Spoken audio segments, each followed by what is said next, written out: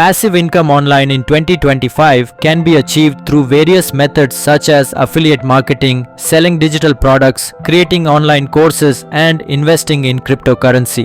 To start, individuals can sign up for affiliate programs and promote products through their website or social media platforms to earn commissions.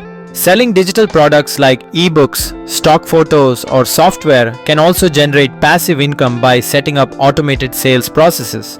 Creating online courses on platforms like Udemy or Teachable allows individuals to earn money from course sales without actively teaching each student. Additionally, investing in cryptocurrency through platforms like Coinbase or Binance can yield passive income through interest or trading profits. Another way to make passive income online is by setting up automated dropshipping stores that sell products directly from suppliers to customers without holding inventory. This method requires initial setup but can generate steady income with minimal ongoing maintenance. Overall, making passive income online in 2025 requires a combination of leveraging technology, creating valuable content or products, and investing wisely to build sustainable income streams for the future.